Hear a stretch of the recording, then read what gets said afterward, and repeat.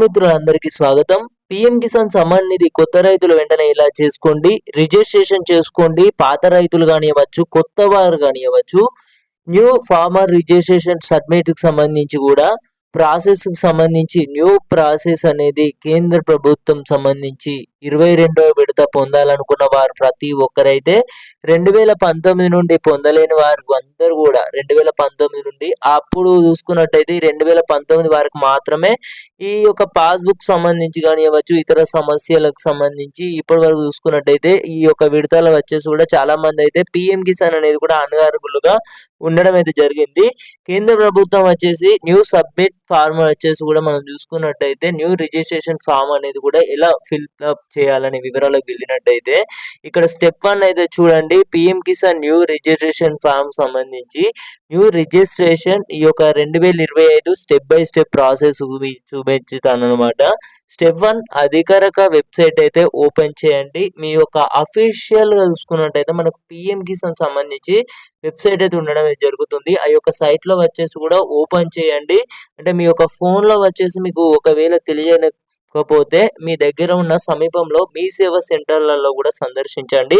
వెంటనే మీ యొక్క PM Kisan application వచ్చేసి కూడా సబ్మిట్ అయితే చేసుకోండి. న్యూ ఫామ్ వచ్చేసి కూడా సో ఓకే. స్టెప్ 2కి వెళ్ళినట్టయితే ఒకసారి అయితే స్టెప్ 2కి వెళ్ళినట్టయితే ఆధార్ కార్డు కానివ్వచ్చు, అలాగే ఈ యొక్క పాస్బుక్ సంబంధించి కానివ్వచ్చు, ఈ పంట వివరాలకు సంబంధించి కానివ్వచ్చు.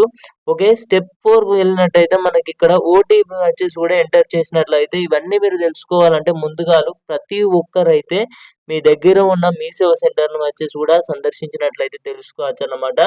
ఇక్కడ స్టెప్ 6 అన్నమాట. ఇక మనం చూసుకున్నట్టయితే ఇప్పటికే ఈ యొక్క 20వ విడతకు సంబంధించి కూడా చాలా మంది అయితే పొందలేదు, 19వ విడత పొందలేదు, 18వ విడత పొందలేదు. ఈ 2019 కంటే కింద ఉన్న రైతులందరూ కూడా పొందడం అయితే జరిగిందన్నమాట పిఎం కిసాన్ సంబంధించి. చాలా మంది అయితే ఈ 2019 నుండి ఈ మొదలెట్టినట్టయితే 2021, 2022 ఇవిలోగా అన్నమాట. ఈ 2025 వరకు కానివ్వచ్చు.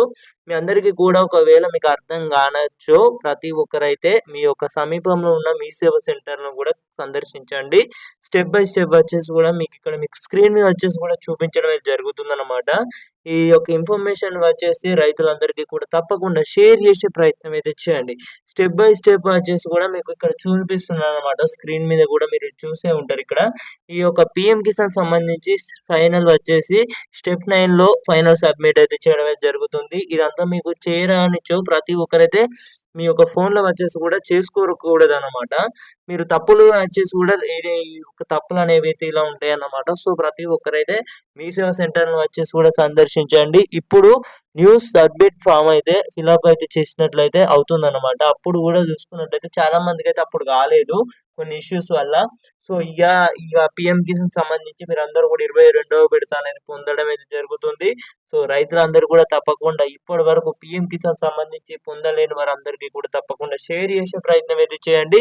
డబ్బులు రావడానికి ఎంత టైం పడుతుందంటే వెరిఫికేషన్ తర్వాత వచ్చే విడతలకు సంబంధించి డబ్బులు అనేవి అయితే పడడం అయితే జరుగుతుంది అనమాట. ఇక్కడ స్టెప్స్ బైగా చూసుకున్నట్టయితే స్టెప్స్ వైజ్ గానే ఇక్కడ మనకు ఇప్పుడు స్క్రీన్ మీద వచ్చేసి కూడా చూపించడం అయితే జరిగింది.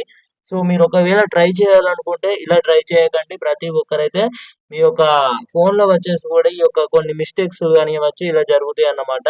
సో కొత్త రైతులు ఎలా అప్లై చేసుకోవాలి, దానికి సంబంధించి పథకానికి వివరాలకు సంబంధించి మీ అందరికీ తెలుసు అన్నమాట. కొత్త ఇక్కడ చెప్పాల్సినది ఏమేం లేదు. పిఎం కిసాన్ సమ్మాన్ నిధి యోజన కేంద్ర ప్రభుత్వానికి చూసుకున్నట్టయితే లబ్ధి పొందిన వారందరూ కూడా సంవత్సరానికి 6,000 రూపాయలు చొప్పున పొందుతున్నారు. సో 22వ విడత పొందాలనుకున్న వారు వెంటనే మీ సేవా సెంటర్లో సందర్శించండి.